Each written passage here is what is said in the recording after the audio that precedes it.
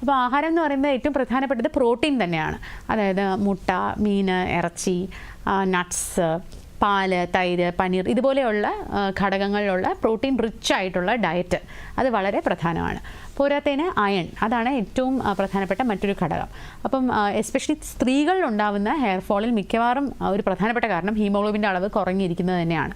അപ്പം അവർക്ക് iron rich ആയിട്ടുള്ള ഫുഡുകൾ, അത് എസ്പെഷ്യലി നമ്മൾ അയൺ റിച്ച് ആയിട്ടുള്ള ഫുഡുകൾ കഴിക്കുമ്പോൾ അത് വൈറ്റമിൻ സിയോടൊപ്പം കഴിക്കുകയാണെങ്കിൽ പെട്ടെന്ന് തന്നെ ശരീരത്തിലോട്ട് അബ്സോർബ് ചെയ്യാനുള്ള സാധ്യതയും കൂടുതലാണ്.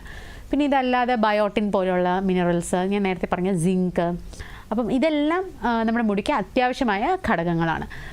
പിന്നെ നമ്മൾ വൈറ്റമിൻ ഡിനെ പറ്റി പറഞ്ഞു. അപ്പോൾ വൈറ്റമിൻ ഡി എന്ന് പറയുന്നത് ആഹാരത്തിൽ ഈ മുട്ടയുടെ മഞ്ഞയിലൊക്കെ ഉണ്ടെങ്കിൽ പോലും അത് ആഹാരത്തിന് വലിയൊരു റോൾ ഉണ്ടെന്ന് പറയാൻ പറ്റില്ല. കാരണം അത് കൂടുതലും നമ്മുടെ ശരീരത്തിൽ ഉൽപ്പാദിപ്പിക്കുന്നത് വെയിലടിക്കുമ്പോഴാണ്.